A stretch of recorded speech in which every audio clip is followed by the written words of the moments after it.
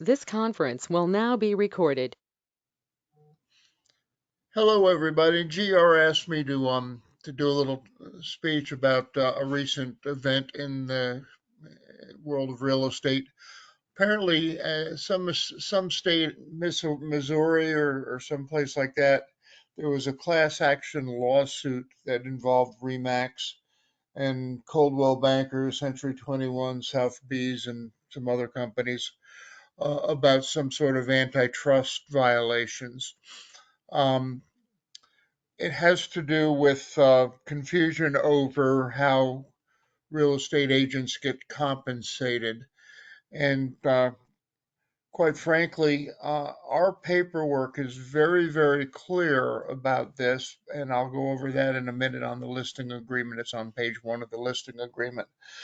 But to make a long story short, Remax decided rather than admit they did anything wrong or anything like that. They agreed to settle this class action suit and they paid a lot of money, $55 million, to the plaintiffs. But apparently, by doing that, they gained indemnity for all their agents in every state and all the franchise owners and everything else.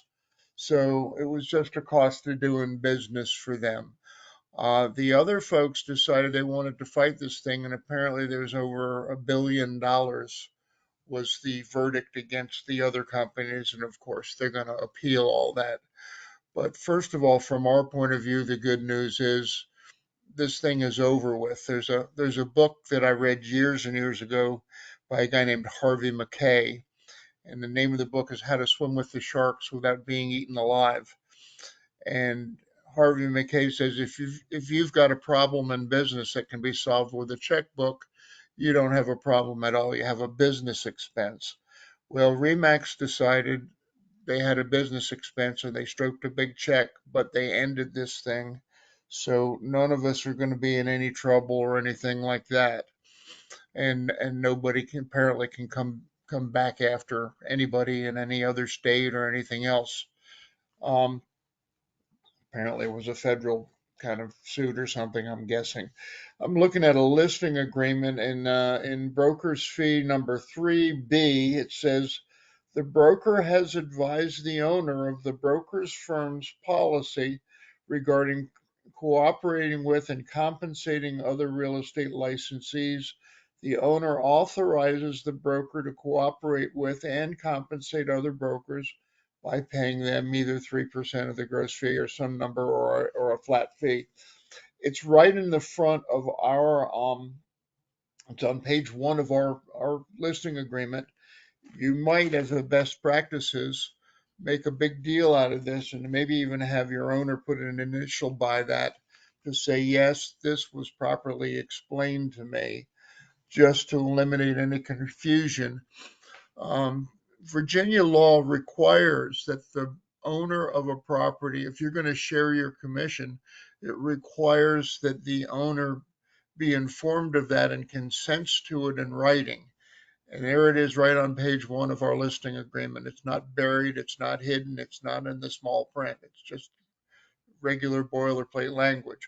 So VAR does a good job, or whatever they call themselves now, does a good job in complying with these laws and these regulations, but you need to know that your seller has to be aware of and agree that you can share your compensation with a cooperating broker. And that's pretty much the entire story, guys. There's not a whole lot to say about this other than if you've been following in the news, it's a big deal. And the verdict that came back from a jury trial in 3 or 4 hours was over $1 billion against the people that chose not to settle.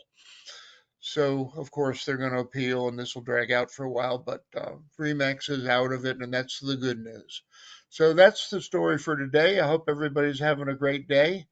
And that's all I've got to say about this subject. I hope it's adequate. Thanks now. Thanks, Anna.